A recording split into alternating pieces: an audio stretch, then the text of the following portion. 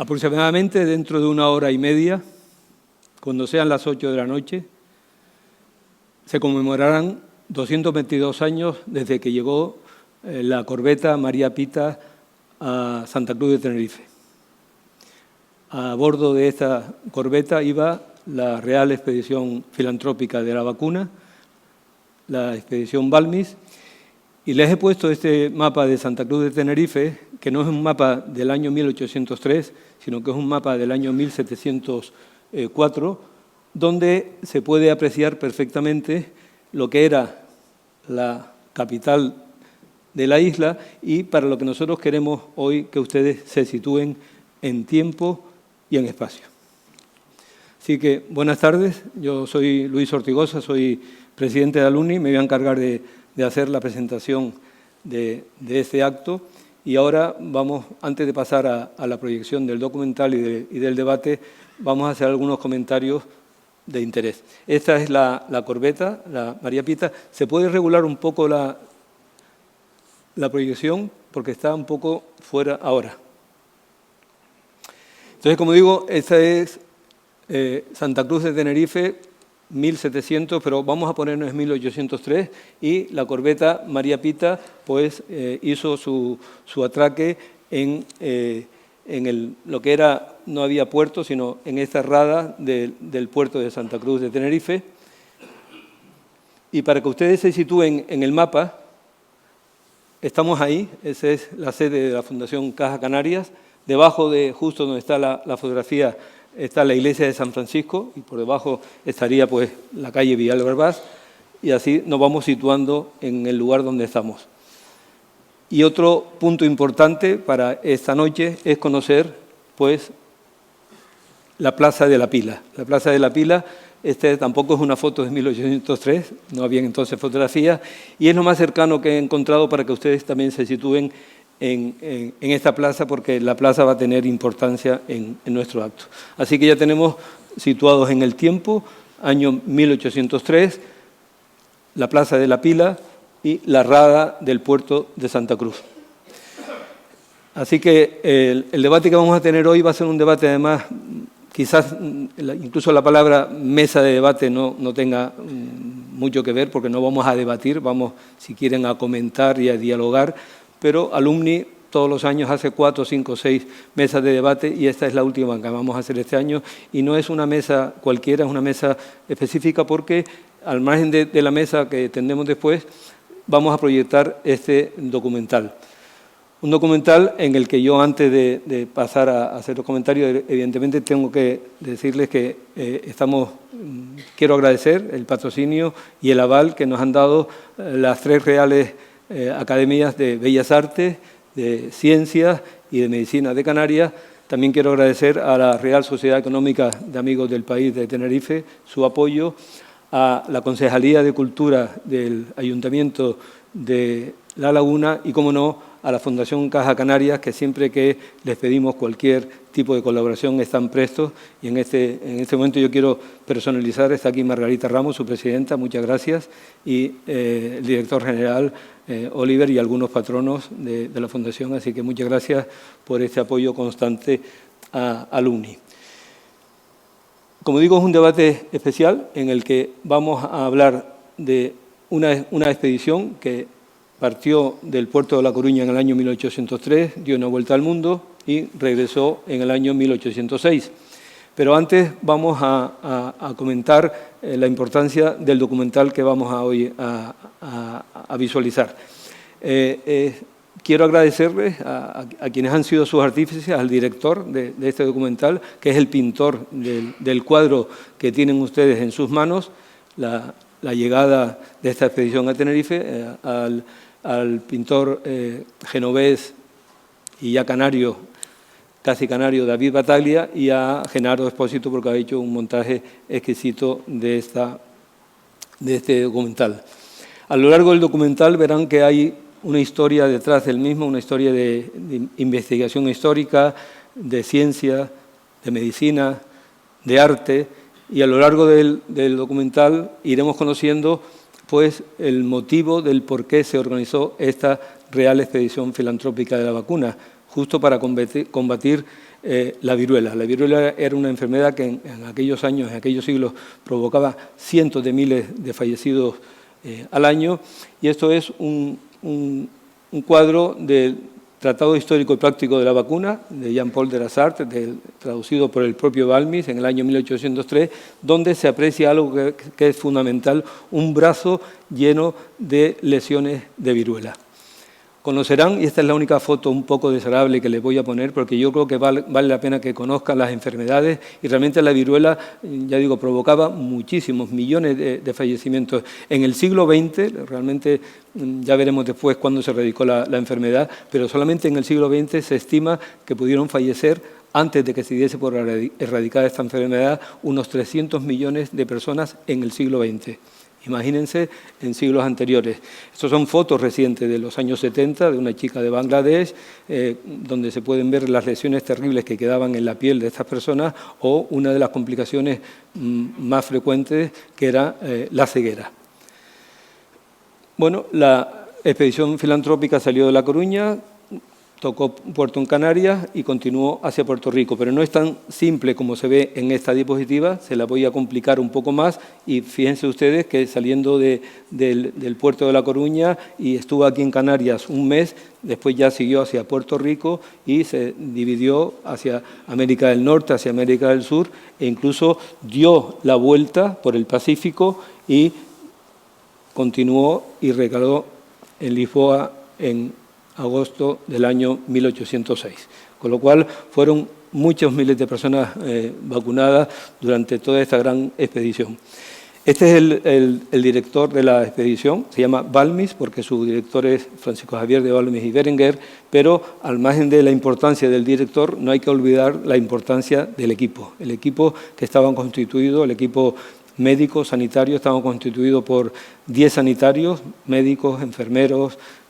Hay que distinguir la figura no solamente de Balmis, sino de Josep Salvani, el subdirector de la expedición, y, como no, de Isabel Sendal, que realmente era la rectora de la Casa de Expósitos de la Casa de La Coruña, pero que actuó como madre de todos estos 22 niños a lo largo de toda la expedición y como enfermera. De hecho, se dice que Isabel Sendal es la primera enfermera que hizo una expedición universal sanitaria.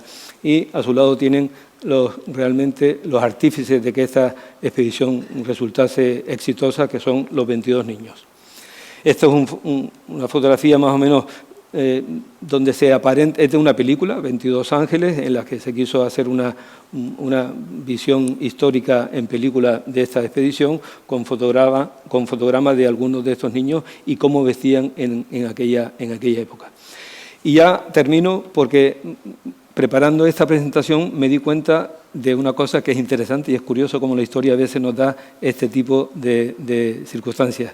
La Real Expedición Filantrópica de la Vacuna llegó aquí a Tenerife el día 9 de diciembre, les digo, dentro de una hora y pico lo vamos a saber, del año 1803. Y justo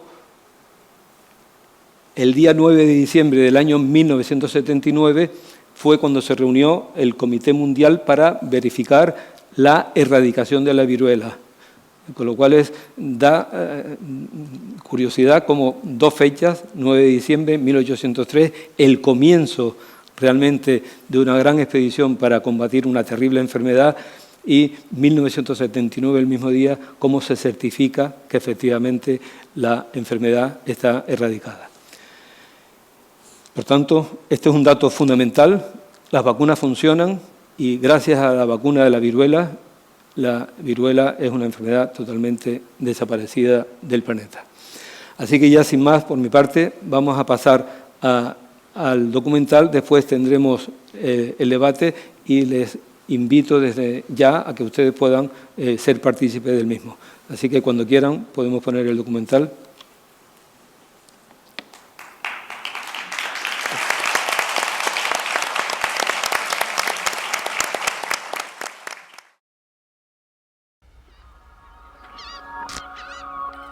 La Real Expedición Filantrópica de la Vacuna fue la primera gran expedición médica para tratar de controlar y eliminar una grave enfermedad, la viruela. Nos ha parecido conveniente que en esta sociedad albergara un cuadro histórico que reflejase el apoteósico recibimiento que esta expedición recibió en Tenerife el 9 y 10 de diciembre y unos días después en la propia laguna. Un trabajo muy largo, pero del que me queda una satisfacción enorme.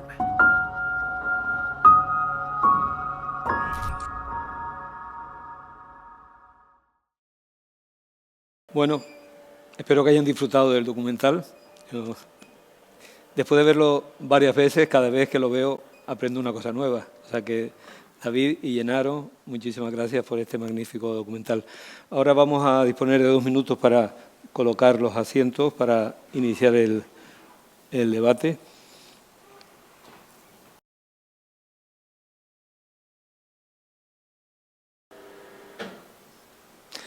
Bueno, como hemos comentado y se ha dicho a lo largo también de la exposición, realmente la realización de este cuadro ha sido importante en el sentido de que ha tenido, y por eso están aquí las 3 academias de Canarias de Bellas Artes, de Ciencias y de Medicina, ha tenido una visión histórica de un recorrido por la historia de la medicina de Canarias y de España de aquellos años. Bellas Artes, porque realmente la pintura es una maravilla y has explicado muy bien la realización del mismo. Y antes de invitar a nuestros ponentes a que se sienten en la mesa, pues voy a hacer una pequeña presentación de cada uno de ellos para que los conozcan. Yo creo que ya a estas alturas probablemente seamos todos conocidos. En primer lugar, pues David de Battaglia, como ven habla un canario italiano que ya se va acercando cada vez más a nuestro canario. Él nació en Génova, pero lleva aquí casi 10 años viviendo en Tenerife. Es licenciado en Bellas Artes y han visto ustedes el cuadro, pero entre sus obras recientes les he puesto las que están aquí escritas, pero ayer le dije que por favor que me dejase las últimas obras, que yo también las he vivido, para que vean ustedes que al margen de esta maravilla de cuadro de la expedición Balmy, pues en estos últimos años realmente el primer cuadro que yo conocí es este cuadro de la derecha, el del año 2020, estamos en plena pandemia y parece realmente más que un cuadro, parece una escultura, y realmente lo que hizo fue pintar de una escultura o de una talla esta pintura, la Virgen de la Pandemia, año 2020. En la Semana Santa de este año, el cartel de la Semana Santa de la Laguna, pues lo pintó David Battaglia, se llama Hora Sexta, también tiene mucho significado en él, si lo ven con detenimiento. Y el último se presentó justo hace un mes, justo donde yo vivo, en Las Mercedes, se llama El Milagro de la Virgen de las Mercedes, al historiador Juan Núñez de la Peña, 1649. Es un cuadro basado en un hecho que el propio Núñez de la Peña refiere en ese año, cuando él tenía 9 o 10 años y cayó el agua y, en fin, y surgió un milagro. Entonces, bueno, pues surgió este cuadro que es una auténtica maravilla. Así que, en segundo lugar, ya conocen a José Gómez Soliño, ha sido uno de los relatores del documental, igual que David es de Asturias, pero ya realmente es un canario más desde hace muchísimos años. Ha sido catedrático de Filología Inglesa en la Universidad de La Laguna y rector de nuestra universidad. Ha sido elegido, designado como hijo predilecto de La Laguna. Es un premio Canarias en el año 2019. Ha fundado una asociación que debe tener más recorrido que el que tiene, que es la Asociación para el Progreso de la Macaronesia. Y yo he querido poner esta foto, he buscado, José, fotos tuyas y quise poner esta, porque yo creo que también es importante, que es, junto con Basilio Valladares, que está aquí también, el codirector de Campus África, unas jornadas impresionantes que se hacen cada 2 años en la Universidad de La Laguna, y ya digo, como saben, es el director de la Económica de La Laguna. Julio Salón Herrera, tenía que estar un militar en nuestra mesa, evidentemente, con lo que ustedes han visto. Cuando pedí fotos y el currículum, me mandaron una foto como la que él está hoy, y entonces preferí poner, y me lo vas a permitir, Julio, en lugar de, ya que te vamos a ver aquí de uniforme de gala, esta foto que representa muy bien quién es este teniente general, que es quien más manda ahora mismo en Canarias, es el general jefe del mando de Canarias, y ahí está, pues, una mesa de trabajo rodeado de trabajo. Es un hombre muy cercano a la tropa, muy cercano a la población, y bueno, ha sido entre su currículum, simplemente resumí varios puntos, ha sido premio Gran Capitán en la Academia de Infantería de Toledo, ha sido el jefe de la División de Operaciones del Estado Mayor del Ejército de Tierra y ha estado destinado en el Cuarto Militar de la Casa de Su Majestad el Rey hasta que, bueno, desde hace creo que 2 años es el general jefe del mando de Canarias. Y bueno, a mí yo creo que me conocen, yo soy médico, soy pediatra y como presidente de Alumni estoy moderando este acto y quizás un poco tengo esta relación con el tema de Balmis y demás porque soy experto universitario en vacunas y pertenezco al grupo, al Comité Asesor de Vacunas del Gobierno de Canarias y de la Asociación Española de Pediatría.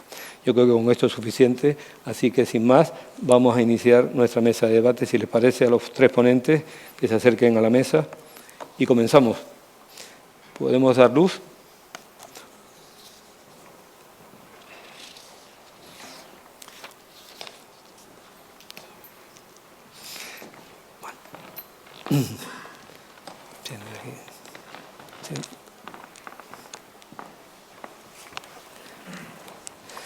Bueno, se trata de que en 3/4 de hora más o menos, para no cansarnos, poder sacar jugo de lo que hemos visto aquí hoy y cosas nuevas que puedan surgir. Por tanto, al margen de las intervenciones que esperamos de ustedes, que realmente los que estamos aquí siempre sentados vemos poco, ¿verdad?, porque los focos nos impiden. Pero antes de pasarles la palabra al público, yo le quiero pasar la palabra a ustedes. Yo tengo algunas preguntas para hacerles a ustedes, pero me gustaría que si ustedes quieren hacer comentarios, como dicen, ahora es el momento. Así que, José, si quieres hacer algún comentario. Bueno, yo simplemente congratularme de haber tenido la fortuna de conocer a Davide Battaglia, porque llevaba tiempo pensando en crear un cuadro, encargar un cuadro histórico que reflejara y recreara la llegada de la expedición Balmis, y no crean que es fácil, ¿no? Algunas personas a las que consulté no se animaban a hacerlo, y cuando conocí a Davide y le hablé de la expedición, pues él se prestó a ello y veo que además ha hecho una obra maestra, o sea que eso es lo primero que quiero decir. En segundo lugar, que este cuadro, que es el primero de otros que van a venir,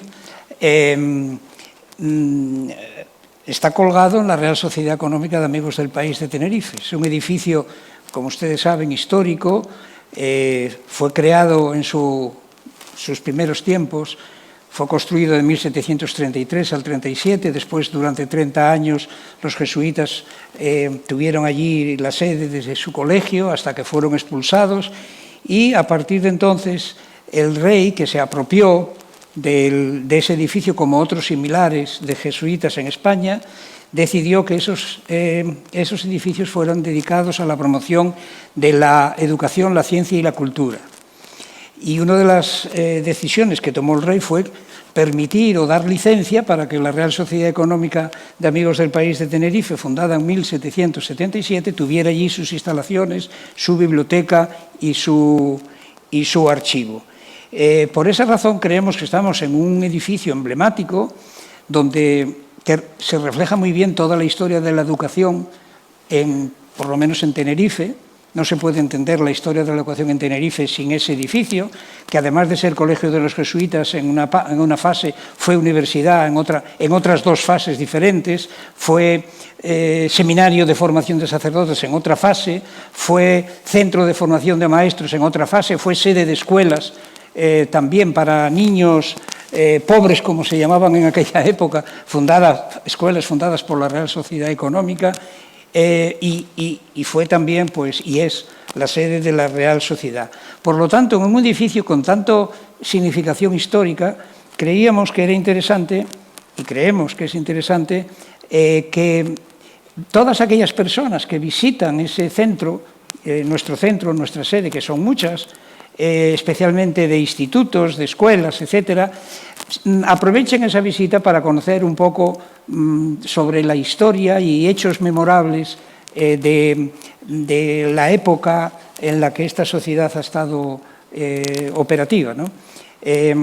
Ya hemos instalado, con permiso del Prado y facilitado por el Prado, una copia del cuadro de Antonio Carnicero que refleja los experimentos con globos Montgolfier en el año 1784 en Aranjuez, porque muchos canarios no saben que en los inicios de la conquista del aire hubo dos personas que fueron realmente pioneros. Uno, Viera y Clavijo, y el otro, Agustín de Bethencourt. Y precisamente ese cuadro, que nos ha proporcionado una copia, vamos, de alta calidad del Prado, pues sirve para recordar a los escolares el papel que jugaron los canarios en la conquista del aire en sus primeros tiempos. Y este otro cuadro viene en la misma dirección, es decir, recordar un hecho memorable que fue muy elogiado por todas las personas significativas de la cultura europea, como Humboldt, por ejemplo, como el propio Jenner, el descubridor de la vacuna.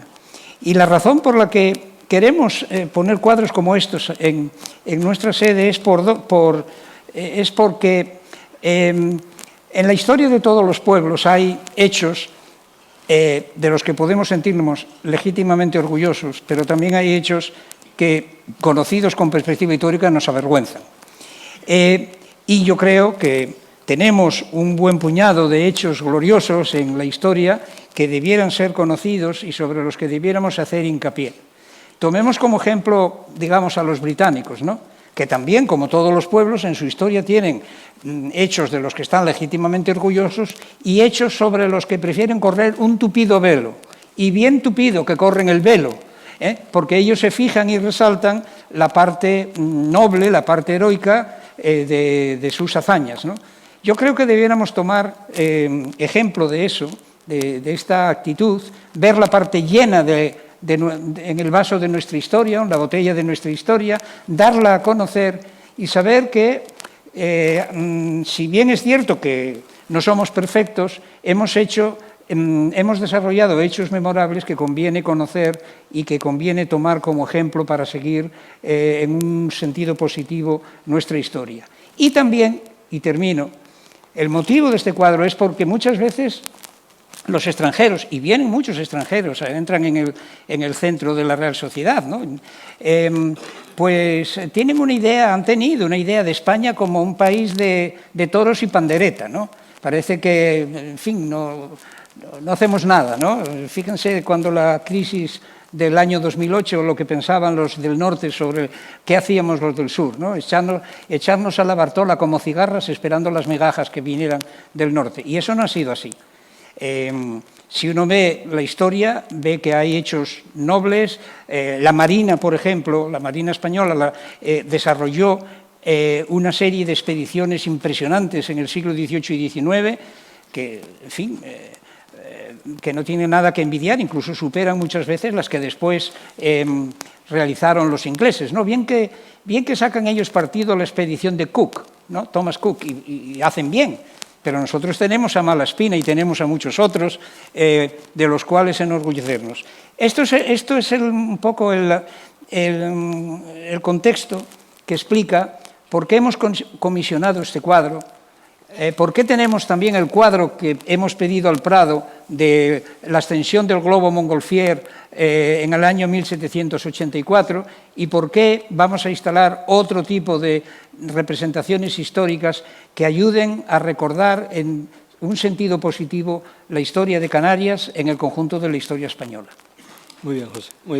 Muchas gracias. Yo voy a pasar la palabra a Julio Salón, pero quizá voy a hacerle una introducción, porque ustedes han visto en el documental, en 2 ocasiones ha salido un retrato de Fernando de Cajigal, el 4º marqués de Casa Cajigal, el comandante general de Canarias en el año 1803, cuando llegó Balmis y la expedición a Tenerife. Y hace unos años, hace tan solo 5 años, tuvimos la COVID-19 y hubo una operación Balmis. Estamos hablando de expedición Balmis y operación Balmis. Y en las dos, los militares tuvieron una importancia fundamental. De hecho, la expedición Balmis en Canarias funcionó muy bien gracias al comandante general, que ya desde meses antes estaba mandando bandos a las distintas islas, poniendo en las iglesias carteles diciendo que la expedición venía, que había que vacunar, etcétera, etcétera. Por tanto, te quiero pasar este testigo de Balmis, a ver qué nos cuentas. Bueno, yo cuando estaba viendo el cuadro decía, a ver qué cuento yo porque estoy aquí, ¿no? Porque de alguna manera era un cuadro de David que es precioso y que nos lo explica también. Gracias. Y don José, que también pone todo el toro en suerte, y digo, a ver ahora yo cómo me meto en esta historia. Pues es un poco esa la historia. Como todos sabemos, en el año 2020... 2020 tuvimos la gran pandemia de la COVID-19 que nos pilló a todos, pues como todos sabemos, no estaba el mundo preparado para una pandemia semejante, ¿no? Y entonces se decide poner al Ejército, a las Fuerzas Armadas, mejor dicho, a disposición, se decreta un estado de alarma y se decide que el Ejército tiene que ayudar. Yo era entonces, por eso pone mi currículum ahí, el jefe de la división de operaciones del Ejército, y de alguna manera empezamos nosotros a organizar, ni siquiera sabiendo bien qué es lo que queríamos. Y una de las primeras misiones que nos dio la ministra, y yo lo pongo mucho en valor, la ministra Margarita Robles, fue decir, quiero los militares en la calle. Pero era un poco al principio decir, tengo que generar confianza, porque, como todos sabéis, hubo una orden de reclusión, que prácticamente solo se podía salir a hacer las compras de la casa, unas distancias mínimas, y entonces hubo al principio que, digamos, generar confianza, y la confianza se generaba saliendo a las unidades, y me acuerdo perfectamente de una orden que dijo, a las 8 de la tarde en el telediario, quiero que se vea, a las 9 de la noche en el telediario, quiero que se vea alguien en la estación de tren de Badajoz y en la estación de autobuses de Vigo. Esas fueron las dos imágenes que sacamos primero, y sacamos a un pelotón de la Brigada Aerotransportable, de la Brigada Mecanizada. Simplemente decir, estamos aquí, estamos con vosotros, y un poco el papel del Ejército en ese momento no era otra cosa que generar confianza. Y me acuerdo perfectamente el general del mando de operaciones. Son personas hoy en día, lo mismo que David ha hecho, poner caras a personajes de entonces. Puedo decir quién eran los protagonistas, porque entonces el jefe del mando de operaciones, el general Braco, hoy jefe de Estado Mayor del Ejército del Aire, personas concretas que me dijo, Julio, es que no veo al Ejército en la calle con armas, va a aparecer. Dije, no te preocupes, digo, nos quitan las armas, vamos sin armas, que no hay ningún problema. Vamos sin armas a la calle a decir a la gente que estamos aquí. Y hubo en principio una aparición mucho, hoy en día el entorno del conocimiento se trabaja también muy bien, y hubo la imagen de un soldado que cogió a una señora mayor la bolsa y le ayudó, y ese fue un poco el origen de esa operación en la que de pronto empezamos a salir. ¿Y cómo salíamos? Pues a donde creíamos que debíamos de ir. Estábamos en Madrid, recordar que también había muchas personas que morían en la residencia, que morían en sus casas, como mínimo había que sacarlas, y empezamos a sacar a la gente como podíamos, con camiones frigoríficos, yendo a las casas, habilitando el Hospital Mejulla, auxiliando a montar tuberías de oxígeno donde no teníamos. Íbamos un poco, no como pollos sin cabeza, es que íbamos improvisando sobre la marcha. Y eso es un poco el origen. Bueno, y en eso de pronto nos dicen, la operación se va a llamar Operación Balmis. Como pueden ustedes comprender, no sabíamos quién era Balmis ni qué había pasado. Porque, por desgracia, lo decía José, no sabemos nuestra historia, nuestra larga historia. Entonces hubo rápidamente que averiguar quién era Balmis, y descubrimos que había habido una expedición. O sea, empezamos a retrotraernos a todo esto. Posteriormente incluso se hizo una operación de vacunación que se llamó Operación Zendal. Entonces empezamos a aprender nuestra historia a raíz de esta operación, que tuvo una primera parte que era desinfecciones masivas con personas, con lo que teníamos, muchas veces con difusores, con personas que sabían de descontaminación.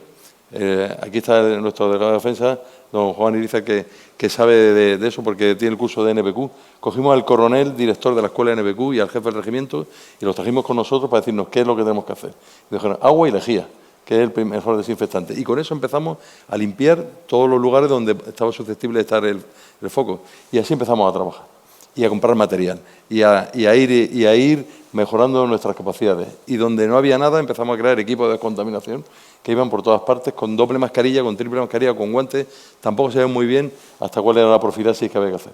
Y así empezamos a salir a la calle. Ese fue el embrión de la operación Balmi, que se fue complicando cada vez más porque había momentos en los que hubo que hacer una especie de triaje, y cuando una persona llegaba a España y se le aislaba, había que empezar a llamarle por teléfono y a averiguar con quién había estado para ir confinando a los que ya pensamos que habían estado en contacto y tenían que tener un confinamiento de 15 o 30 días en función de los síntomas.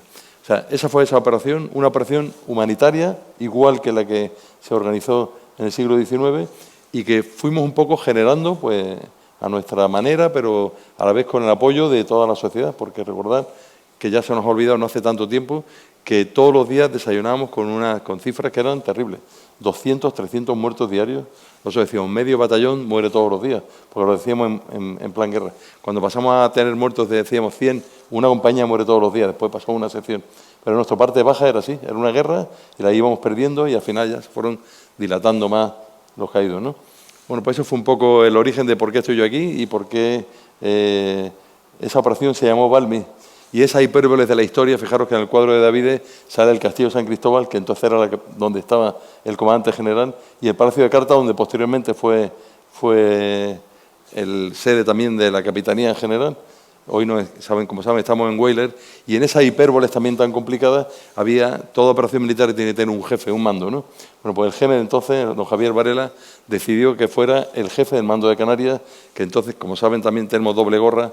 Se veía ahí en la foto mía dos banderas, la bandera del mando de Canarias y la bandera del mando operativo terrestre, pues tenemos doble mando. Pues el mando operativo terrestre fue el encargado de dirigir como mando componente terrestre la operación. O sea que al final la historia es muy caprichosa y nos devuelve muchas veces, pues como la ballena devolvía a Jonás, devuelve todo lo que se traga. Y fijaros que al final aparece Canarias, otra vez, la historia de Canarias tan unida, la historia de España y de América, y tan rica, pues vuelve a aparecer la Capitanía General en este 2020, con el jefe del mando Canarias, el capitán general, dirigiendo la operación, en una operación complicada de mando y control, porque se le cogió, se le llevó a Madrid, desde allí se le puso un cuartel general y estuvo dirigiendo de Madrid, y cuando ya estuvo más estabilizado, se la mandó aquí a Santa Cruz de Tenerife y siguió la operación desde aquí. O sea, bueno, esa es un poco la razón por la que yo estoy aquí. Sí, sí, importante además porque, bueno, hemos relacionado viruela, COVID-19, y vendrán próximas pandemias, además no dentro de siglos, sino no sé cuándo vendrán. ¿Permites decir algo? Sí, sí, claro, pero vendrán pandemias próximas, por tanto es muy pertinente tu participación en esta mesa. Antes de que David hable, que le tengo una pregunta, si quieres. Sí, no, al hilo de lo que ha dicho el general, es que quizá algunos de ustedes que estuvieron presentes al ver la filmación recordaron el acto que celebramos hace un año en la sede de la Real Sociedad Económica. Pero quisiera explicarle al resto de que lo que se ha visto no es solo la inauguración de un cuadro. Más importante que la inauguración de un cuadro fue el descubrimiento de una placa que dice: homenaje al personal sanitario, Fuerzas Armadas, cuerpos de seguridad y servicios civiles, especialmente por su abnegada dedicación en tiempos de crisis humanitarias y emergencias pandémicas. Y el cuadro fue una manera, digamos, concreta de mostrar el aprecio a las Fuerzas Armadas y también al personal sanitario y, en fin, servicios civiles y demás. Porque lo que queríamos era rendir un homenaje a todas esas personas, como las que actuaron en tiempos de la pandemia, que cuando las cosas vienen mal dadas dan la cara por el resto de la población. Y creemos que no se les ha reconocido lo suficiente, a pesar de que se les han hecho algunos homenajes. Nosotros queremos, al poner esa placa, si ustedes pasan por la sede de la Real Sociedad y van a ver el cuadro, fíjense en la placa que está al lado, porque esa placa recuerda a todos la valiosa contribución que hicieron y hacen estos cuerpos, estas entidades, en beneficio de toda la ciudadanía. Y esto liga con lo que acaba de explicar el capitán general. Muy bien, yo creo que a David le toca hablar ahora. Quizás aparentemente esté todo dicho en el documental, Pero yo sí, si quieres hacer algún comentario o quieres apoyarte en una pregunta que siempre es importante que todos nos hacemos, si pintar un cuadro simplemente es reflejar algo que estás viendo o el autor del cuadro tiene libertad para salirse no de la historia, que deberíamos ajustarnos lo más próximo a la historia, pero tiene libertad para poder explicar la historia de alguna forma. Bueno, dentro de un género como es la pintura histórica, ya en la misma definición de pintura histórica se supone que se incluye la creatividad del artista y del pintor, porque la mayoría de los cuadros históricos no se han hecho en el mismo momento en el que el hecho histórico se ha producido, sino que son recreaciones a posteriori de un creativo, de un pintor. Y en este caso, la verdad que he intentado ser lo más posible justo con la historia, no dejarme llevar por demasiadas tendencias creativas. Y bueno, un poco porque fue asesorado muy bien, entonces no podía escaparme con la colaboración que he tenido, tanto a nivel médico, militar, histórico. Hay un hecho que no se comenta en el documental, pero que es curioso, y que no solo me basé en lámina, en acuarelas de la época, de muchos incluso viajeros que tomaban notas, ¿no?, en su libreta haciendo acuarela de la indumentaria tradicional, pero hay un hecho que es curioso, que un personaje que no se nombra en el documental, que es el alcalde de Santa Cruz, que se ve junto a los demás personajes que reciben a la expedición, que si no me equivoco, y creo que aquí José Manuel Ledesma puede corregirme si me equivoco, que fue nombrado alcalde 1 o 2 días antes de que llegara la expedición. Y no obstante no tengamos imagen que nos muestran cómo era ese personaje, pues gracias a José Manuel Ledesma hemos descubierto, bueno, o él me mandó un texto donde se cuenta su nombramiento de alcalde y se describe exactamente el tipo de indumentaria que él tenía aquel día, que repito, era un par de días antes de que llegara la expedición. Gracias. Y eso es curioso porque no solo tuve que respetar a referencias visuales, sino también a textos que nos llegan directamente de aquella época. Entonces, cuando yo pienso en mi trabajo como pintor histórico, hay veces que me veo un poco como un Indiana Jones, ¿no? Bueno, con menos aventura, pero con el mismo tipo de ilusión en ir descubriendo una historia que se va plasmando en mi imaginación con todos los datos históricos de los que dispongo y con parte de creatividad que tengo que decir es la parte que de alguna forma quiero siempre que quede en mis obras, porque creo que el punto de vista de un autor, por el simple hecho de ser diferente, no mejor o peor, pero de ser diferente del de otro, es lo que le da, además de la representación histórica, le da ese toque personal, vamos. Muy bien, muchas gracias a los tres por su primera intervención. Comentar algo sobre él, ¿puedo? Evidentemente, yo quiero, cuando el profesor Gómez Soliño intervenga, que por favor alguien de ustedes, aquí están las representantes de las tres academias, está el cronista oficial, hay militares y hay público muy interesado en el tema, que participen y que puedan enriquecer esta discusión. Bueno, simplemente ustedes ya habrán visto por el vídeo y por lo que acaba de decir David que el cuadro está muy documentado. Me consta que consultó no solo a nuestro amigo Ledesma, sino a expertos, militares y historiadores, etcétera, historiadoras también. Y por lo tanto, siempre puede haber algún error, pero está muy, muy, muy investigado. Y permítanme que les ponga un ejemplo en lo que muchas personas que lo ven no suelen reparar. Una vez un militar que vino a ver el cuadro con un grupo, al terminar me dijo, está muy bien, pero hay un error. Y yo le dije, ¿cuál? Me dice, la bandera de España, que no estaba todavía oficializada en esa época. En este cuadro ustedes podrán ver que el barco tiene la bandera, lo que llamamos la enseña nacional, la bandera que usamos nosotros hoy, ¿no? Y el castillo también, en el castillo también ondea la bandera, pero las tropas de tierra que están formadas de infantería, que están formadas, bueno, y artillería también, que están formadas en la plaza, tienen la bandera blanca con la cruz de Borgoña. Entonces esa persona me dijo, mira, esta era la bandera que tenían que llevar, no esa que se ha puesto en el castillo.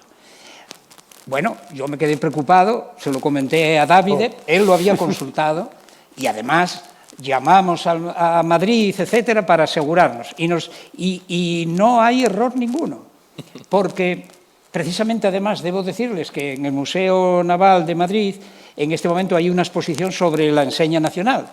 Y hay en exposición una gran bandera que es la primera, la más antigua, que se conserva. Esta bandera, como saben todos ustedes, pues se usaba por la Marina y fue, dado que facilitaba la visibilidad a larga distancia, fue instituida por Carlos III como la bandera de la Marina. Pero a finales del siglo XVIII, ya gobernando Carlos IV, se determinó que esa bandera, además de que ondeara en la Marina, no solo la de guerra, sino la Marina Real Civil, por ejemplo, los barcos correo, ¿no? Que además esa bandera ondeara en todas las fortificaciones costeras. El ejército seguía teniendo la enseña tradicional, pero en los castillos que defendían la costa y en los barcos ondeaba la bandera, la enseña nacional, que hoy se ha convertido en nacional. Se convirtió en nacional en tiempos de Isabel II, pero en esa época estaba asociada a las defensas costeras y a los barcos de la Marina Real, que es lo que queda reflejado en el cuadro. Por lo tanto, aquella persona no estaba bien informada. Y él sí estaba bien informado, porque no se le ocurrió pintar la bandera porque sí. Eso es un ejemplo del nivel de detalle y de asesoramiento histórico al que él llegó en ese cuadro. Muy bien, y ya que estamos hablando de detalles, y si alguien quiere hablar, me supongo que habrá un micrófono de ambiente, ¿verdad? Bueno, también les comento, en el documental se vio, pero para que vean la historia del pelo cuando pintas, fíjense ustedes en la ventana de la izquierda que se pinta el propio David Battaglia y que al fondo, en ese cuarto un poco oscuro, hay un mapa. Es el mapa de Génova, pero si ustedes lo miran, y aquí no se puede ver en este, pero sí que se puede ver en el cuadro que está en la Económica, fíjense, y es imposible a cualquiera que no sea un gran artista que pueda pintar con ese detalle ese mapa de Génova. Les invito a que miren en esa parte izquierda, pero yo digo, para eso tienen que subir a la Económica. ¿Hay preguntas? A ver, vamos aquí delante, por favor. José Manuel Ledesma. Buenas noches, muchas gracias y felicidades por el trabajo. Voy a tomar el testigo de don Julio Salón, el capitán general, porque la historia resaltaría esta hazaña sanitaria, como acaba de decir, cuando se hizo la Operación Balmi. Luego Madrid en el momento del COVID también hace un hospital que fue dedicado totalmente a Isabel Sendal, se llamó así, Hospital General Universitario Isabel Sendal. Y incluso la Organización Mundial de la Salud declara a Isabel Sendal como la primera enfermera de la historia en misión internacional.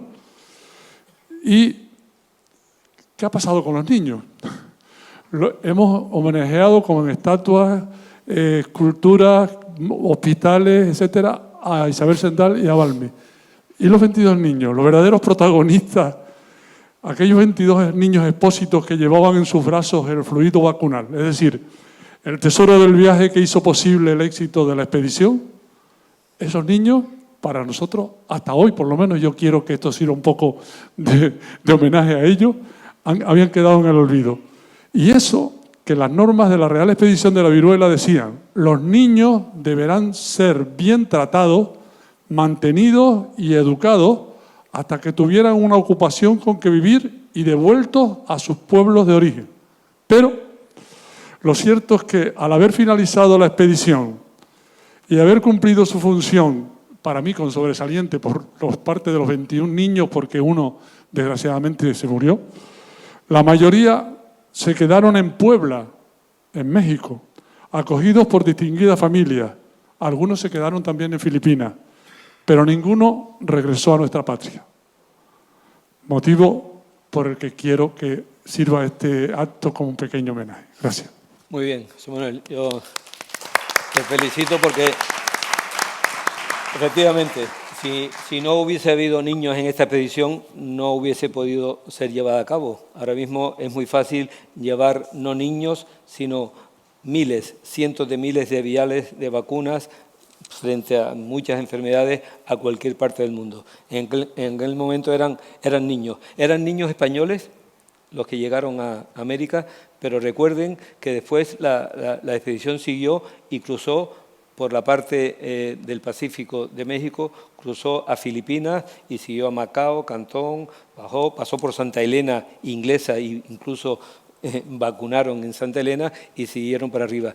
Y ahí iban niños mexicanos, eran muchos más niños, no recuerdo ahora mismo si eran 30 y tantos, y efectivamente tanto los niños mexicanos como los niños españoles puede que estén un poco en el olvido y que Balmis, incluso el propio Salvani, que es otro personaje del que podíamos hacer una expedición Salvani, porque la expedición que bajó desde Mesoamérica hasta abajo, él no llegó, él murió. Fíjense que estamos hablando que la expedición 1803 circunvaló el mundo y llegó en septiembre a Lisboa 1806, 3 años.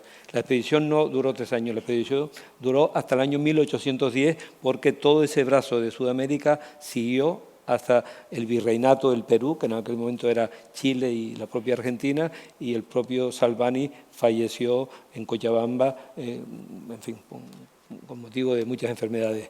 Y por tanto, efectivamente, hay Isabel Sendal, está Balmis, está Salvani, está el resto de médicos y enfermeros, habían lo que se llamaban practicantes, médicos auxiliares, en aquel momento no se llamaban enfermeros, sino practicantes, y están sus nombres y están ahí. Yo he puesto estos 10 sanitarios y los niños. Los niños, yo como pediatra, evidentemente, te agradezco mucho este detalle y son, evidentemente, sin ellos la expedición no hubiese funcionado. ¿Más preguntas? Aprovechar que están las academias aquí de Bellas Artes, estamos hablando de pintura, estamos hablando de ciencia, estamos hablando de medicina. Aquí delante, por favor.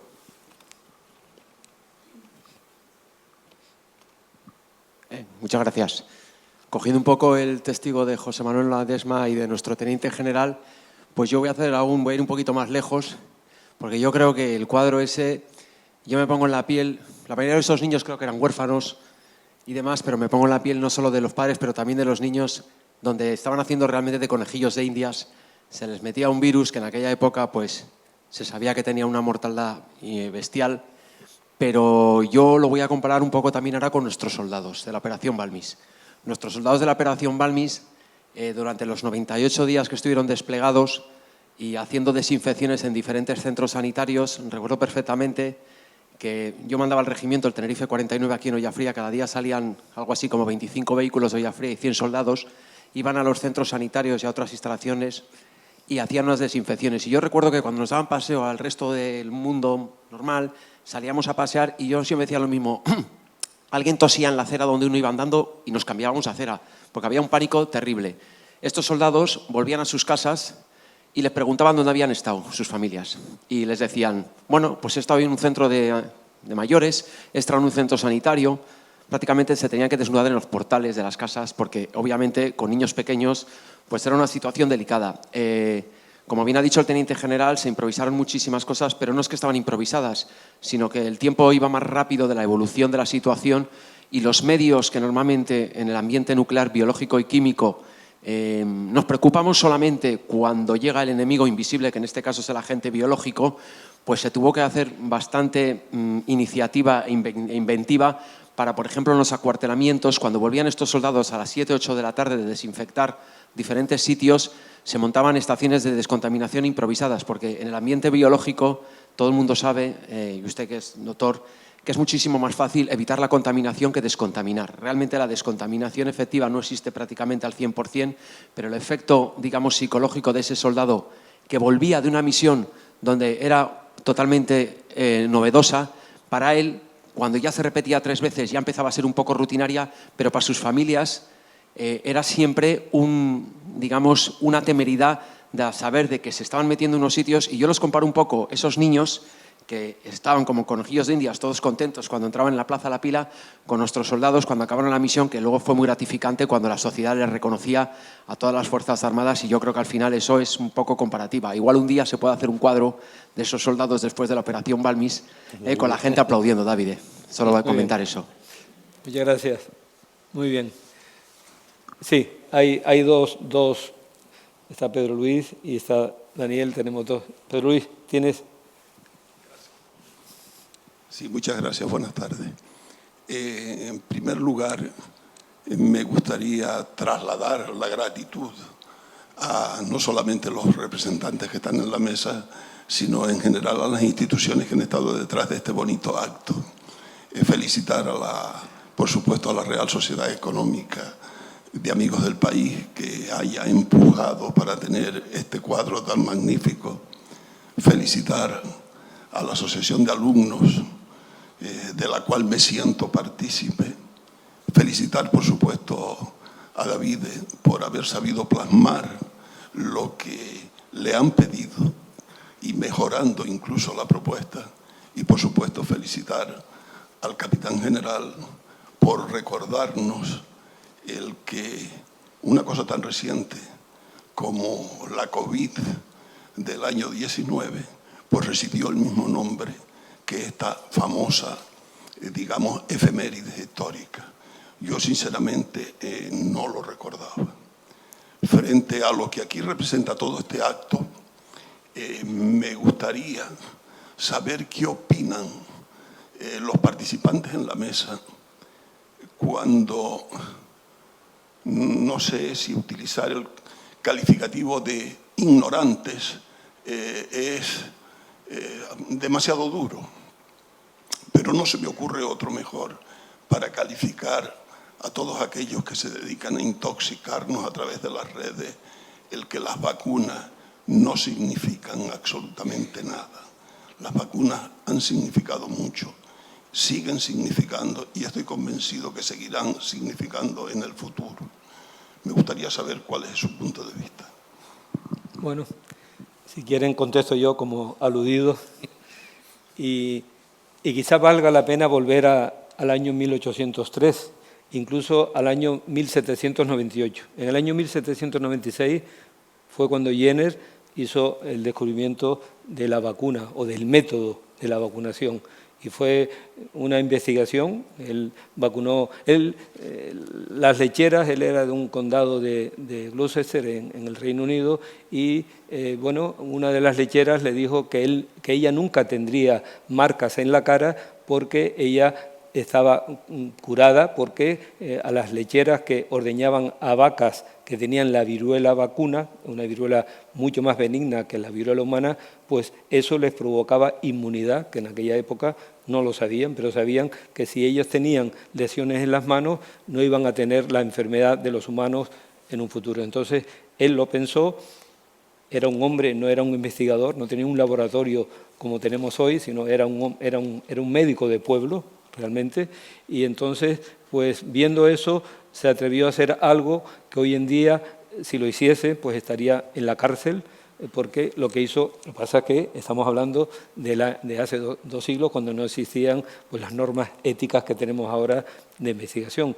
Entonces él lo que hizo fue inmunizar o coger de esas pústulas de una ordeñadora de vacas y se la puso al hijo de su jardinero. El niño se llama James Phipps, un niño de 9 años, y se lo puso y el niño al cabo de unos días reaccionó un poco y bueno, y a los mes y medio, creo, a 6 semanas, 8 semanas, cogió y le puso una lesión, le variolizó con viruela humana, es decir, le puso en contacto directo con el virus, sin saber que era el virus, sino el fluido vacunal de la viruela humana, y vio qué pasaba, y no pasó nada. Y así lo hizo otra vez y otra vez y otra vez, hasta métodos científicos, hasta que después de 22 niños o 23 niños, bueno, pues se dio cuenta que aquello funcionaba y que era una forma de poder conseguir que la gente previniese de la vacunación. De hecho, él quiso hacer, y lo escribió un artículo y lo llevó a la Royal Society y le dijeron que no, que eso no se podía publicar, y él mismo lo publicó con su propio dinero. 2 años después, en 1798, ya surgió una sociedad antivacunas. Hay un cuadro que lo ponemos, los que hayan visto a veces que yo pongo cuando hablamos de vacunas, este cuadro es una viñeta satírica en la que se representa a Edward Jenner vacunando a un grupo de personas, y entonces hay muchas personas en esa habitación, a unos les salen cuernos, a otros les salen un rabo por detrás, a otros les sale una vaca por un brazo, ridiculizando el método de la vacunación. 1798. 1803 llegó el barco aquí. Y cuando llegó al barco aquí, había un notario del puerto de la Cruz, que se llamaba Ledesma de apellido, no sé si sería un familiar tuyo de hace 2 siglos, y él también escribió un manuscrito en contra de la vacunación, porque cómo los hombres íbamos a hacer algo en contra de los designios de Dios. Eso fue en el año 1803. Y simultáneamente, en el año 1803, tú antes lo nombraste, don Josep de Viera y Clavijo escribió un soneto maravilloso a favor de la vacuna, que el que quiera poder leerlo está puesto, cuando se hizo el bicentenario de la llegada de la expedición aquí a Canarias, hace 22 años, pues en la Dirección General de Salud Pública, donde está en el jardín, ahí está el monolito, y está el soneto, un soneto precioso de Viera y Clavijo, hablando de la importancia de la vacuna y de cómo Casacajijal, a quien Dios lo hizo grande, cogió en brazos a su... En fin, y es un soneto muy bonito a favor de la vacuna. Y después ha surgido lo que tú dices ahora. Sí, afortunadamente antes vimos cómo se ha cerrado el ciclo de la enfermedad de la viruela. Es la primera enfermedad, está erradicada del mundo. Ojo, quedan virus congelados en los CDC de Atlanta, en Estados Unidos, y en un laboratorio de Moscú. Ahí quedan congelados virus y ahí están. Teóricamente esos virus no tienen por qué salir de... Y ahora mismo que estamos viendo virus porcinos y que se está tratando de ver el origen de lo que está pasando ahora en Cataluña, pues eso es un problema. Pero lo cierto, no me quiero desviar, es que gracias a la vacunación, a lo que se inició en 1803 y sobre todo del año 1958, que fue cuando la OMS empezó la campaña masiva de vacunación en todo el mundo, cuando ya teníamos vacunas en viales, ahí sí, ahí no había niños, ahí había viales que llegaron a todo el mundo, pues desde el año 1958 al año 1979 la enfermedad está erradicada. Cuando llegó la COVID y nos cogió a todos en bragas, ¿qué pasó? Bueno, es que como la historia se repite y muchas veces la memoria es frágil, pues pasó algo parecido. Primero, nos encontramos ante un virus desconocido, o al menos desconocido para la gran... Pues también hubo una teoría conspiratoria que de China se había inoculado, no sabemos bien. El caso es que hubo una carrera contra el tiempo para intentar que la vacuna llegase antes de que hubiera un estrago brutal, ¿no?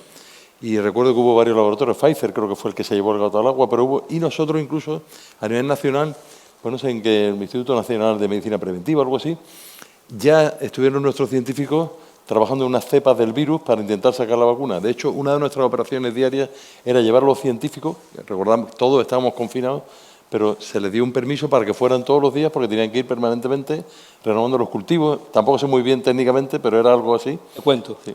Sí. O sea, realmente la COVID se llama COVID-19 porque fue una enfermedad, COVID, la enfermedad del año 2019, que apareció en China. Ellos lo tuvieron, probablemente no sabemos si realmente los meses anteriores a diciembre, en que fue cuando ya empezó a declarar China, pero cuando a mediados de enero ya China dijo que sí, que tenían esa enfermedad de Wuhan, que se llamó inicialmente no COVID, sino enfermedad de Wuhan, y la propia OMS, por fuerza de la China, cambió el nombre para que no tuviese relación con una enfermedad de Wuhan. Ya se sabía quién era el virus, el SARS-CoV-2, y una vez que se supo el genoma del virus, que se lanzó a finales de enero, en febrero ya lo tenían todos los laboratorios y en diciembre del 2020 ya teníamos las 4 vacunas, las de Pfizer, las de Moderna, las de AstraZeneca y las de Janssen, en distintas plataformas.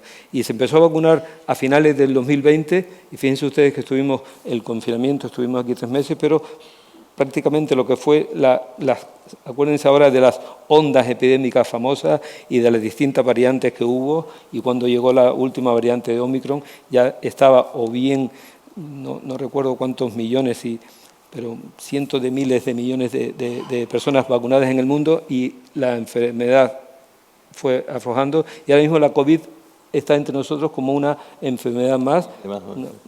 Es una enfermedad más, no nos gusta llamarla gripalizar, sino porque es la propia enfermedad, y todos los años se recomiendan que se vacunen las personas que son vulnerables y demás. Gracias a las vacunas, la COVID se frenó. Gracias a las vacunas, la viruela desapareció. Y gracias a las vacunas, y acabo, tenemos un montón de enfermedades controladas, el sarampión, la rubiola, la difteria, la toferina, y ahora mismo hay gente, y ya voy a tu pregunta, que pone en duda la importancia de las vacunas. Y cuando vemos simplemente esta pequeña historia que hemos visto hoy, y hemos visto la importancia de lo que se ha hecho a nivel mundial con la viruela y con la COVID, el sarampión y la polio son las 2 enfermedades que están ahora en la cartera de la OMS para ser erradicadas. La polio, solamente quedan casos endémicos en Pakistán y en Afganistán, y si no hubiese sido por todos los conflictos bélicos que hay, ya hubiese sido la segunda enfermedad en desaparecer.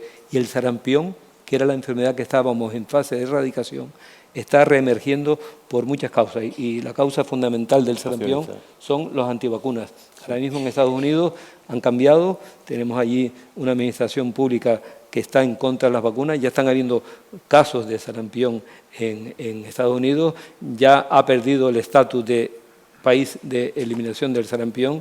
Canarias y España desde hace ya 20 años tienen el estatus de que no hay sarampión autóctono, pero ustedes saben, porque lo han visto en la prensa en este mes, hay 31 casos de sarampión que son importados y que están entrando.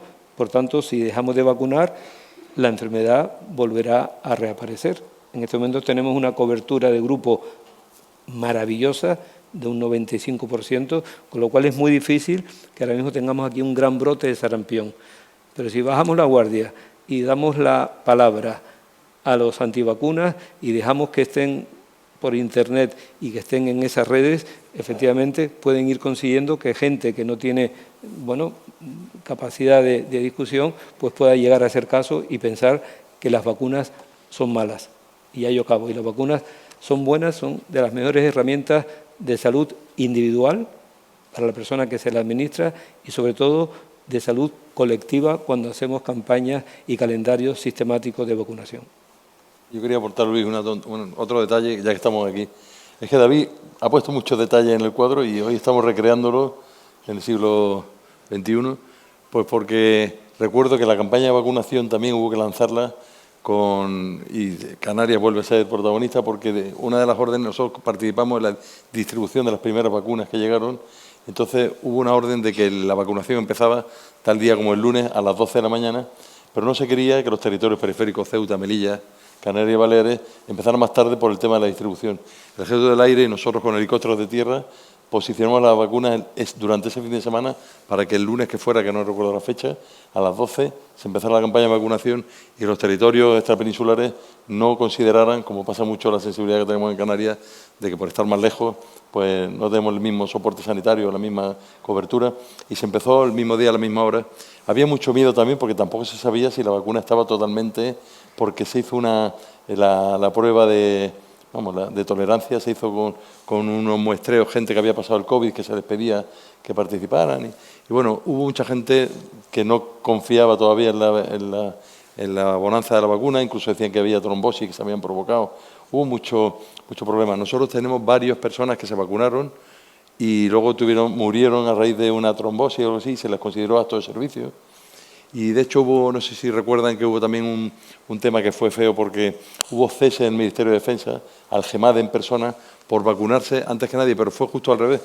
O sea, el GEMAD consideró que tenía que dar ejemplo y vacunarse, puesto que había gente que estaba empezando un poco a recular, ¿no? Y a poner objeciones. Yo no sé por qué me tengo que vacunar, por qué me tienen que obligar a vacunarme. Tuvimos que dar la orden que nadie podía ir de misión a operaciones si no cumplía el protocolo de vacunas, que hay que hacerlo. Hoy en día alguien que va, por ejemplo, ahora a Irak tiene que vacunarse de una serie de pautas que no son endémicas aquí. Pues, por ejemplo, la leishmaniasis, que en esa zona sí lo son. Y entonces se puso en el protocolo del gobierno y dijo, el que vaya de misión tiene que ir vacunado y si no quiere ir vacunado, pues lógicamente no está apto para ir de misión. O sea, hubo que presionar un poco porque la gente no creía tampoco la fiabilidad de las vacunas o las consecuencias o los efectos secundarios. Y de hecho el propio jefe de Estado de la Defensa fue el primero en vacunarse en una de las campañas porque dijo, hay que dar el paso al frente, ¿no? Luego se malinterpretó que había hecho una especie de posición de privilegio y que amparándose en su empleo, pero fue justo al revés. Él creía que debía dar el paso, pasa luego todo aquello se tergiversó, porque es que ya digo, en esta guerra de la información en la que estamos, muchas veces los efectos son distintos a lo que se pretende, ¿no? Bien, Daniel Alonso, tienes. Gracias, buenas noches. Yo tenía un par de cuestiones. Primero, saber si alguien ha estudiado el impacto real de la campaña. Si una vez que la campaña se llevó a cabo y duró hasta 7 años, pues cuánto ha sido el descenso de mortalidad, cuánto fue el control de la viruela en los territorios de ultramar, etcétera. Si eso está estudiado y si tienen algún dato sobre eso. Después, al señor Julio Salón tenía una pregunta y es, en su experiencia, después de todo lo que ha ocurrido, todo el conocimiento acumulado, ¿se ha empleado luego para desarrollar nuevos protocolos que nos permitan estar mejor preparados para una eventual pandemia en el futuro? Y una sugerencia para Soliño, hay reales sociedades económicas amigos del país por toda Latinoamérica, por toda la América española, digamos, o lo que era toda España. ¿Se ha pensado alguna vez en hacer un acto conjunto con las reales academias involucradas, las reales sociedades económicas involucradas en esos países que participaron en la expedición Balmy, colaborando en la campaña de vacunación? Pues sería un bonito acto para recordar que no existe España y América, era un único Estado que además, si comparamos con ingleses o holandeses, creo que los holandeses no fundaron ninguna universidad en ninguna de sus colonias, los ingleses fundaron 6 mientras España fundó 30 universidades, etcétera. Así que es una bonita forma también de recuperar una historia común con América, que a veces dejamos olvidada y asumimos un lenguaje impuesto por Inglaterra y Francia en términos de colonias, etcétera, no eran tales. Entonces, esa sugerencia creo que a lo mejor debería explorarse también, llevar a América el conocimiento de la expedición Balmis a través de las reales sociedades económicas amigos del país. Gracias. Hay 3 preguntas, una para ti y una para mí. ¿Cuál es la mía? La tuya es una sugerencia, te está sugiriendo de hacer una reunión con las reales sociedades económicas de amigos del país, de las que hay en América, y hacer una actividad conjunta en homenaje a esta Real Expedición Filantrópica de la Vacuna. Te estaba haciendo esa propuesta. Yo quería contestar a otra cosa antes sobre el impacto. Ya hablarán los expertos del impacto, pero la llegada de estos niños no fue simplemente instrumental para pasar, digamos, de brazo a brazo, ¿no?, el remedio. Junto con esto iban las instrucciones reales de crear centros de vacunación y traían un libro, esto que lo explique mejor Luis, traían un libro, llevaban libros que dejaban en cada sitio para que en ese lugar se conociera mejor todo lo que tenía que ver con el proceso de vacunación. Respecto a lo que tú preguntas, dentro de 2 años va a haber todas las reales sociedades que quedan en España, quedan porque llegó a haber más de 70 y ahora son 18, vendrán, ¿no? Vendrán a Tenerife porque vamos a tener aquí el Congreso anual, perdón, el Congreso bienal, cada 2 años. Este año fue en Madrid, este mismo año, el mes pasado, y dentro de 2 años será en Tenerife. Y yo espero poder, en fin, entre otras cosas, mostrar el cuadro y explicar. Ya lo he hecho y lo he recordado en las reuniones que tenemos 2 reuniones al año, pues ya lo he recordado, pero van a verlo en este cuadro. Y respecto a América, solamente hay 3 reales sociedades que perviven y no están más bien latentes, ¿no? Está La Habana, Colombia, Bogotá y México. Bueno, podemos estudiar la situación, pero de todas las que llego a ver también en América solo quedan 3. Espero haber respondido. Con respecto a tu pregunta, ya lo ha comentado Gómez Oliño en parte, y efectivamente, o sea, el objetivo fundamental de la Real Expedición era inmunizar a cuantas más personas mejor, sobre todo niños, también se inmunizaron a muchos adultos para frenar la enfermedad. Realmente era una pandemia y había que actuar de alguna forma. Y se consiguió.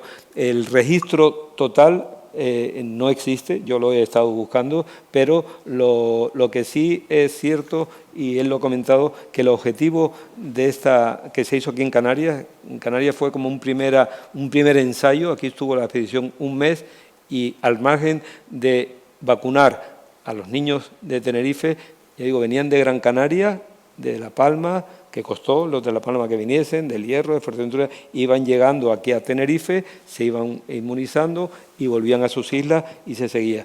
Y en cada lugar se formaba lo que se llama una casa de la vacunación. Aquí, hablando con José Manuel Ledesma, estamos intentando localizar dónde estaba la casa de la vacunación que se hizo en el año 1803. Entonces yo, en lo que he estado viendo, ponen al lado del hospital militar de aquella época, pero no lo ubico todavía. Y al margen de eso, el registro. El registro es fundamental, y esto es para aquella época y para ahora, porque lo que se ha hecho en aquella época es lo que se viene haciendo realmente ahora. Es decir, vacunar no solamente es pinchar en este caso, sino vacunar es investigar primero la necesidad de esa vacuna, segundo, desarrollarla, fabricarla, ver si es un problema de salud pública, ponerla en calendarios sistemáticos. Aquí enfermeras, y después ellas saben muy bien la importancia de que el acto de la vacunación no es venir y pinchar, sino simplemente es confirmar de que el vial está adecuado, registrar, se hizo un registro de vacunaciones, registrar el día que se vacuna, el niño que se vacuna, el nombre, y en la Real Sociedad Económica yo estuve mirando los archivos y hay unos archivos preciosos de aquella época del Realejo y de aquí de Tacoronte, donde ponen el nombre del niño, hijo de no sé quién, y se vacunó. Entonces todo eso quedó registrado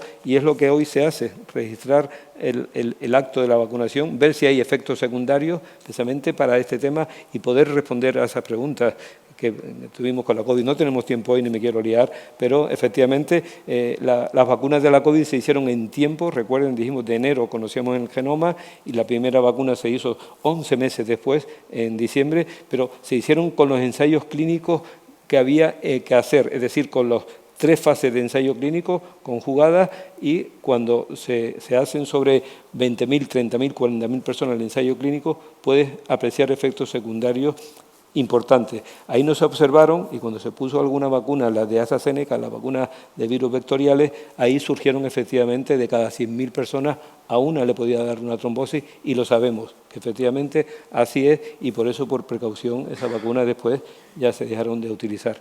Pero, siguiendo tu pregunta, efectivamente, lo importante es que se hizo esta capacidad de registro y se quedó. Este libro que se comentó y se vio aquí, el propio Balmis tradujo un libro que había escrito un francés, Paul de Lassart, que es el método de la vacunación. Y de ahí sale la foto esta que hemos puesto a veces del brazo y cómo hay que administrar, cómo sale la... Pues, esos libros se trajo el barco 500 y cuando llegaron a América llegaron 2.000 más, que se hicieron en la imprenta de Madrid y llegaron 2.000 más. Con lo cual, efectivamente, el proceso de vacunación es todo esto: informar, registrar, formar casas de vacunación, dejar las vacunas se hacían brazo a brazo y después había otra técnica ya en aquel momento que se trataba de guardar entre cristales el fluido vacunal y ver la posibilidad de también utilizarlo, y también se utilizó y a veces estaba tan desegado que se perdía, pero en fin, todo eso se hizo y todo eso está escrito y registrado. Preguntaba también el tema de lecciones aprendidas, si se identificaban.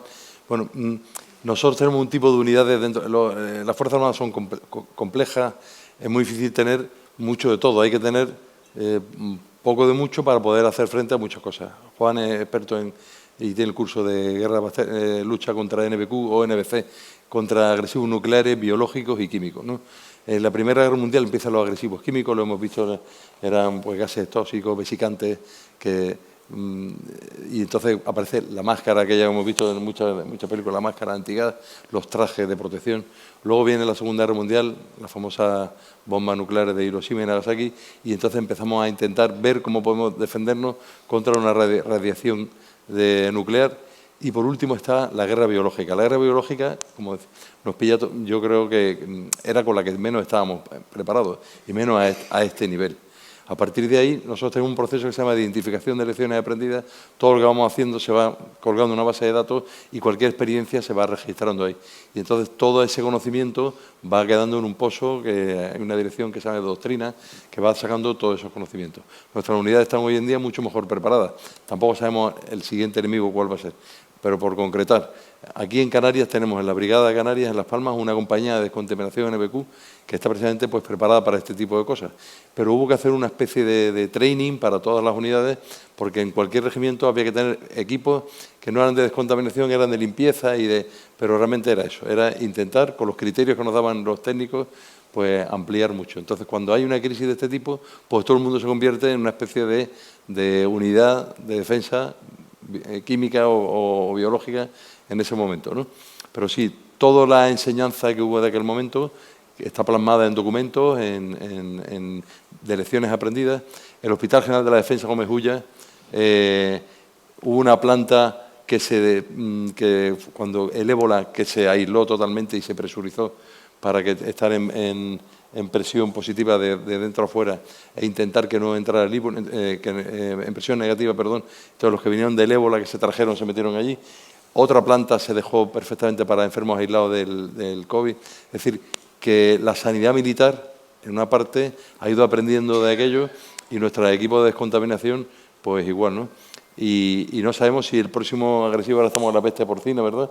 Ya está la unidad militar de emergencia, pues trabajando, colaborando con la autoridad de Cataluña para intentar aislar la cepa esta de los jabalíes, ¿no? Que la están propagando, pues porque el ejército no deja de ser un poco una especie de navaja multiusos que puede servir para muchas cosas simplemente porque está organizado y está jerarquizado y de forma muy rápida te conviertes en una herramienta útil para lo que sea.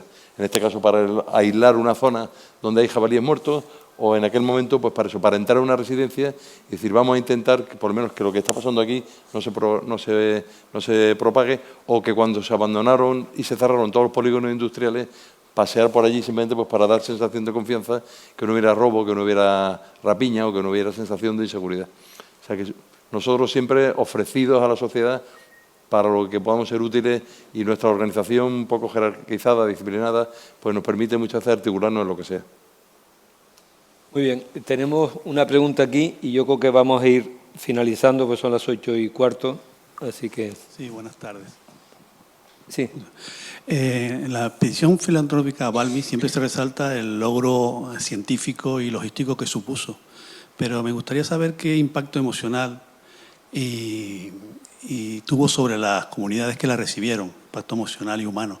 ¿Hay alguna evidencia o algún testimonio de lo que supuso para estas comunidades en primera persona recibir por primera vez la vacunación, o en concreto aquí en Canarias?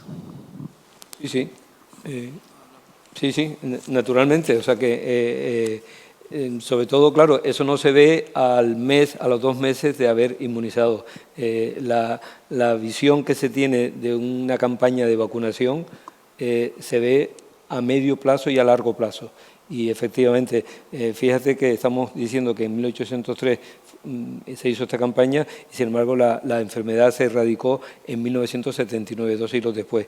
Pero en aquellos años, en aquellos 20, 30 años en los que se puso tanto empeño, sobre todo en lo que eran los territorios españoles. Ya estamos hablando ahora mismo de los territorios españoles de ultramar, de los virreinatos, de Filipinas, pero también aquí en España también se vacunó. En Canarias, en todos los lugares donde se llegó llegaba la vacunación, se iba inmunizando y se iba extendiendo. Y evidentemente, durante años posteriores se vio una bajada en la aparición de viruela, pero hay que tener en cuenta que la enfermedad no solamente, no solamente es el propio virus lo que provoca efectos en el individuo, sino cómo se vive en el medio.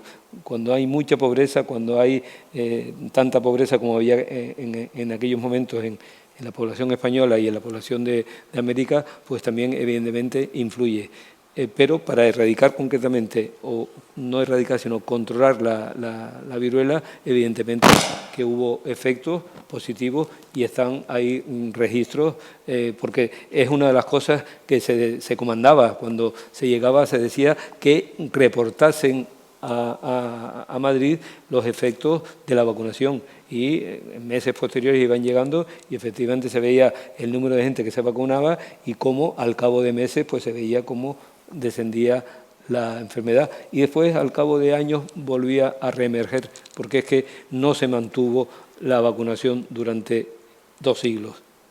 Fue el auge importante que hizo Carlos IV en aquel momento y por eso se llama Real Expedición Filantrópica. Realmente esto se hizo con los fondos de la corona, está todo recogido, el que quiera hay documentos y artículos escritos de lo que cobraba Salvani, de lo que cobraba Balmis, de cómo había que atender a los niños, a Isabel Zendal cuando se quedó en Puebla, pues todo eso está perfectamente recogido. Entonces yo creo que hasta aquí podemos llegar. El objetivo de esta reunión era simplemente recordar que hoy es día 9 de diciembre del año 2025 y que hace un rato, hace 20 minutos, hace 222 años, aquí cerquita, atracó la corbeta María Pita y al día siguiente pues se hizo este magnífico recibimiento que David Battaglia ha inmortalizado en este magnífico cuadro, al que aprovecho nuevamente para agradecerte el que hayas hecho con tanta genialidad y con tanto detalle esta pintura con lo que significa. Sí, yo quisiera decir algo al hilo de lo que comentó el general sobre ese malentendido del jefe que quiso dar ejemplo, ¿no? Cuando llegó esa expedición, llegó al anochecer, al día siguiente estaba programada el desembarco, que es el que queda inmortalizado ahí. Pero el gobernador general no podía esperar y mandó que bajaran a 2 niños para que inocularan a sus, no sé si hijas o nietas o algo. Esa misma noche se inmunizaron a 10 niños. Al día siguiente ya bajaron todos y hubo vacunación general, pero esa noche mandó bajar, ¿no? Debo decir también que si hubo una respuesta del rey de Carlos IV tan favorable fue porque, no sé si una hija o una hermana había contraído la viruela, ¿no? Y había fallecido su hija María Teresa y 2 familiares cercanos de la corona. O sea, estaba muy sensibilizado el rey Carlos IV con la enfermedad. Claro. Otro aspecto que quisiera comentar es que de todas estas personas, en fin, fue una expedición pues abierta a la incertidumbre, ¿no? Pero de todas estas personas yo destacaría a 2. Una, Isabel Zendal, porque se sabe que no solo se dedicaba a cuidar a los niños, sino que ayudaba, cuando llegaba el momento ayudaba en la inoculación. Pero yo destacaría la persona de José Salvani. Salvani, con Y, catalán, Salvaña, pronunciado a la catalana. Bien, pues este hombre fue un verdadero héroe, el más heroico de todos ellos, ¿no? Porque, bueno, no vamos a discutir aquí qué es un héroe, pero todos creo que aceptaremos que una persona heroica es aquella que va más allá de lo que le exige su deber. Es verdad que también cumplir con el deber, especialmente en un contexto muy difícil, también es heroico, pero este señor fue más allá de lo que le exigía su deber. Y, sin embargo, esta expedición que lleva el nombre de Balmis después retornó, fue recompensado por el rey y, bueno, merece el reconocimiento, evidentemente. Pero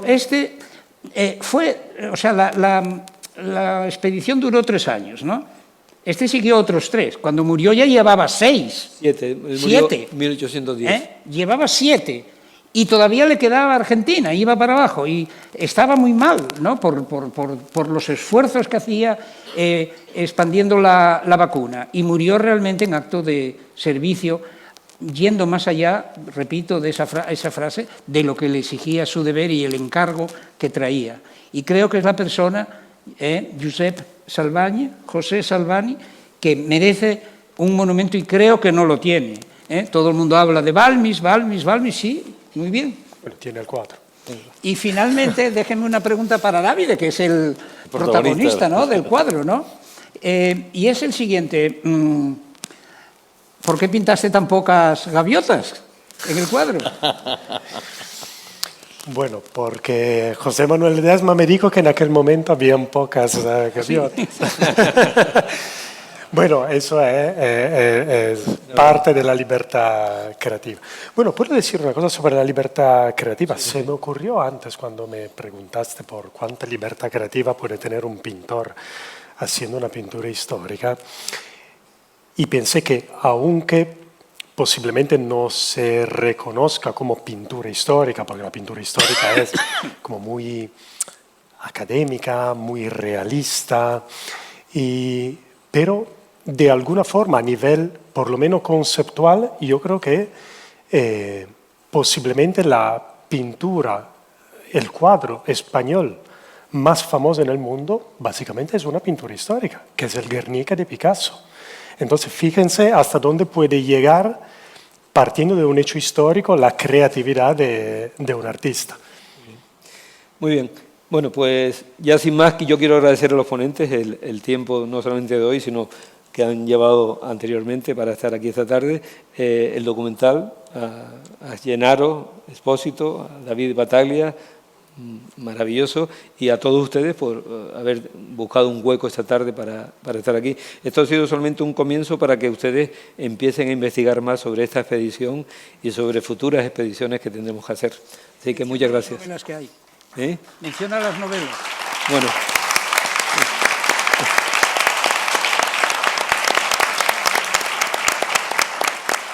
No, me decía que mencionase las novelas. Hay una novela que se llama La Flor Negra, que es como se llamaba la viruela en aquellas épocas, de un autor que no recuerdo, que es una novela, pero historiada magnífica. Y después, bueno, hay muchos libros sobre... El mar recordará nuestros nombres. Sobre esta otra novela. Hay muchos libros. Así que, nada, muchas gracias. Muy bien.